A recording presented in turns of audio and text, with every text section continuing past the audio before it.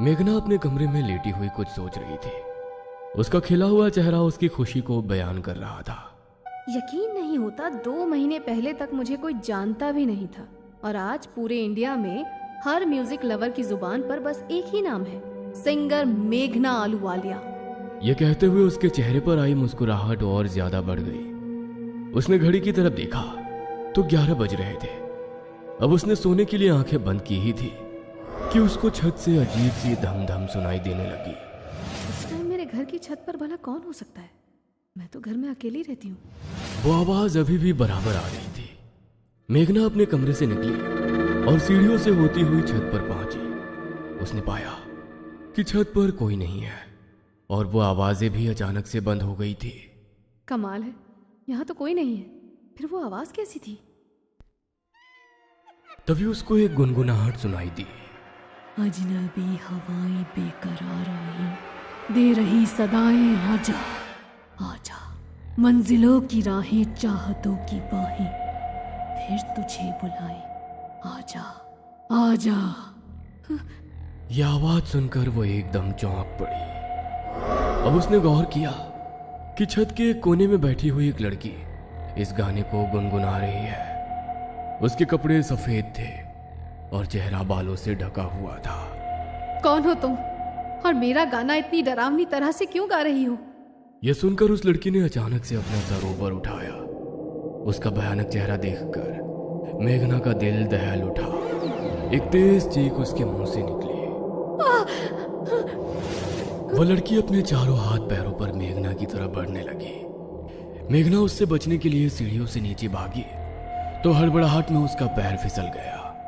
अजनबी हवाएं बेकरार आहें, दे रही सदाएं, आजा आजा।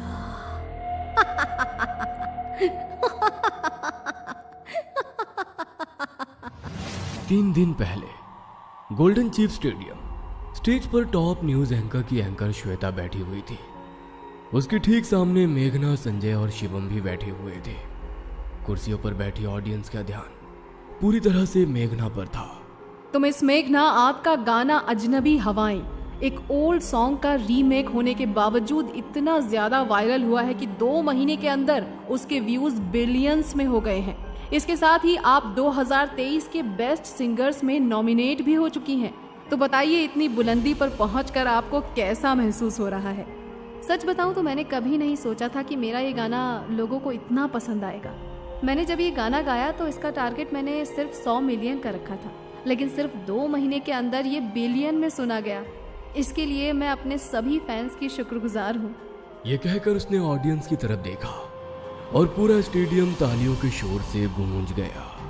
इस गाने का अजनबी हवाएं वर्ड तो आपने पुराने सॉन्ग से लिया था, लेकिन बाकी के जो खूबसूरत वर्ड्स आपने खुद से लिखे हैं, उनका आइडिया आपके माइंड में आखिर कहाँ से आया? इस पर मेघना ने संजय और शिवम की तरफ देखा और फिर कुछ सोचकर जवाब दिया। मैं ऐसा इसलिए लिख पाई क्योंकि मेरा बचपन से ही ऐसा गाना गाने का सपना था जो पूरे देश को पसंद आए। काफी देर तक मेघना का इंटरव्यू चला। इंटरव्यू खत्म हो जाने के बाद मेघना से मिलने वाले फैंस की भीड़ अपनी कुर्सियां छोड़ चुकी थी, इसलिए इन तीनों की गाड़ी को पीछे वाले गेट से निकाल दिया गया। मेघना यार, सच में जब से हमारा गाना फेमस हुआ है ना, मुझे तो पूरी सेलिब्रिटी वाली फीलिंग आती है। इडियट, सिर्फ फीलिंग आने वाली बात नहीं है, मैं तो सेलिब्रिटी बन चुकी हूँ। अब देखना, एनुअल अवार्ड फंक्शन में मैं इसी सॉन्ग को स्टेज पर गाऊंगी और इस साल का बेस्ट सिंगर का अवार्ड भी मैं ही जीतूंगी। हाँ, लेकिन ये मत भूलो कि तुम्हारे गाने का म्यूजिक मैंने बनाया है और प्रोडक्शन संजय का है। तुम्हारी कामयाबी में हमारा भी बहुत बड़ा हाथ है। हाँ यार, मुझे पता है, तुम लोग फिक्र मत करो, अगला गाना भी मैं तुम्हारे साथ ही करने वाली हूँ, ठीक है? मेघना बहुत ज्यादा खुश थी। उसको महसूस हो रहा था कि जैसे उसने आसमान छू लिया हो। घर पहुंचने के बाद भी उसकी आंखों के सामने वही इंटरव्यू वाला दृश्य घूम रहा था। उसके भारी फैंस किस तरह उसको देखने के लिए उतावले हो रहे थे। यह एहसास उसके चेहरे की मुस्कान को हल्का नहीं होने दे रहा था। ये रात के 12 बजे का टाइम था। शिवम अपने कमरे में बैठा हुआ था। उसके हाथ में मोबाइल था जिसकी स्क्रीन को वो स्क्रॉल करते हुए नीचे जा रहा था। तभी उसको एक आवाज सुनाई दी। अजनबी हवाएं बेकरार आहें, दे रही सदाएं आजा आजा। यह आवाज इतनी भयानक थी कि शिवम चौंक पड़ा और डर के मारे उसके हाथ से मोबाइल छूट गया। उसने एलईडी टीवी की तरफ देखा तो वो बंद था। एलईडी भी बंद है, फिर ये गाने की आवाज कहाँ से आ रही है? मंजिलों की राहें चाहतों की बाहें फिर तुझे बुलाए आजा आजा। इस बार इस भयानक आवाज ने शिवम को अंदर तक से डरा दिया। मुझे ये बेहुदा मजाक पसंद नहीं है। कौन है वहां? शिवम बेड से उठा और उसने झट से दरवाजा खोल दिया। उसकी सांस तेज तेज चल रही थी। उसने पाया कि कॉरिडोर में एक लड़की खड़ी है जिसका चेहरा बालों से ढका हुआ है। कौन हो तुम? यह सुनकर उस लड़की ने पहले शिवम को अपना भयानक चेहरा दिखाया, जिसे देखकर शिवम के होश उड़ गए। फिर तेजी से भागकर वो शिवम के गले से लिपट गई। छोड़ो मुझे। शिवम ने खुद को छुड़ाने की नाकाम कोशिश की तो जमीन पर गिर गया। अब शिवम नीचे था और वो उसके पेट पर बैठी उसे खा जाने वाली निगाहों से देख रही थी। अजनबी हवाएं बेकरार राहें दे रही सदाएं आजा। मंजिलों की राहें चाहतों की बाहें फिर तुझे बुलाए आजा आजा। उसकी आवाज इतनी तेज थी कि शिवम के कानों से खून आने लगा। घर की सभी खिड़कियों के कांच टूट गए और एक जोरदार चीख के साथ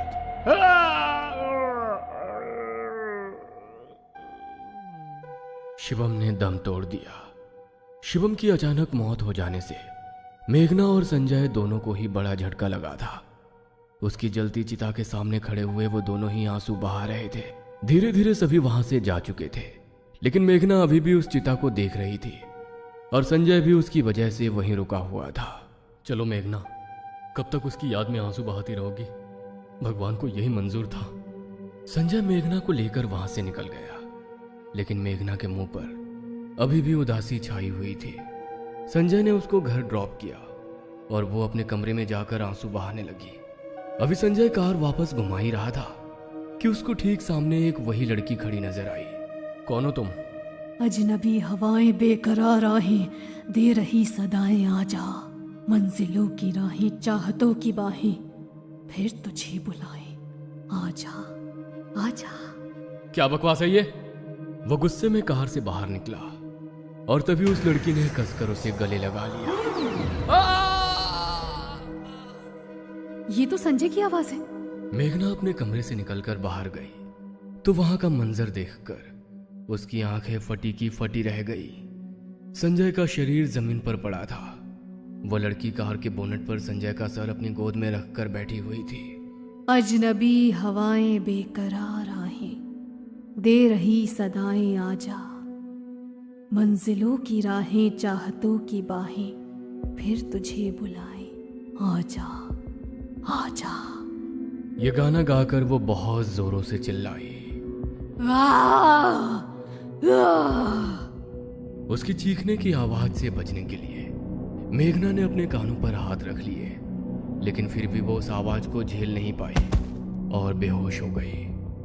जब उसको होश आया तो वो हॉस्पिटल में थी। इंस्पेक्टर एक कांस्टेबल के साथ उसके सामने खड़ा था।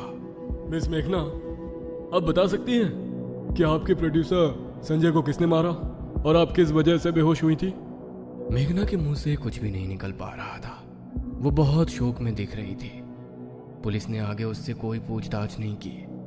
कुछ देर बाद मेघना को डिस्चार्ज कर दिया गया, लेकिन अब उसकी जिंदगी बदल चुकी थी। उसको हर वक्त उसी लड़की की भयानक गुनगुनाहट सुनाई देती थी। वो कमरे में होती तो ऐसा लगता वो लड़की ठीक उसके पीछे बैठी गुनगुना रही है। कभी कभी ऐसा लगता कि वो उसके कंधे पर हाथ रखकर बैठी है और उसके कान में वही गाना गुनगुना रही है। यहाँ तक कि वो मार्केट में जाती तो उसको वो लड़की अपने आसपास ही दिखाई देती थी। अजनबी हवाएं बेकरार राहें दे रही सदाएं आजा आजा। चुप हो जाओ, कौन हो तुम? जिस गाने को गाकर वो 2 महीनों के अंदर पूरे इंडिया में फेमस हुई थी, अब उसी गाने की धुन तक से उसको डर लगने लगा था। हेलो। हेलो मेघना मैम जी, परसों एनुअल अवार्ड फंक्शन होने वाला है। अब बेस्ट सिंगर के लिए नॉमिनेट हो चुकी हैं, तो आपसे रिक्वेस्ट है कि आप अपना सॉन्ग स्टेज पर गाकर फंक्शन को और अच्छा बनाएं। जी शुक्रिया, मैं गाऊंगी। Thank you ma'am.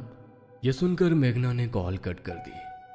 मेघना को अब कुछ भी समझ में नहीं आ रहा था।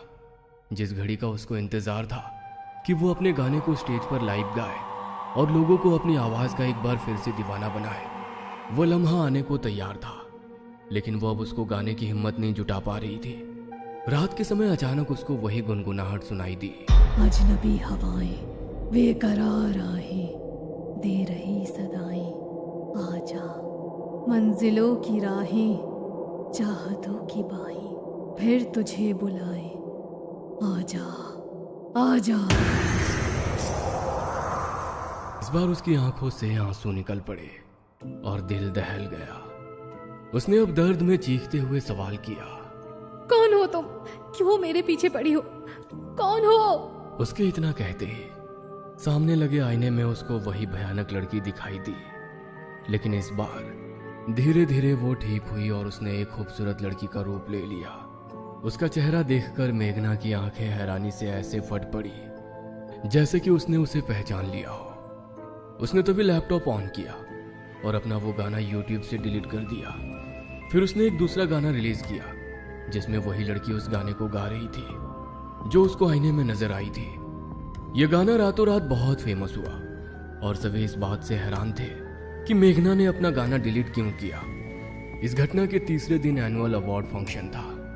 मेघना स्टेज पर खड़ी थी। उसे देखने वालों की भीड़ बहुत ज्यादा थी और यह शो यूट्यूब पर लाइव भी चल रहा था, लेकिन मेघना की आंखों में जरा भी खुशी नहीं थी।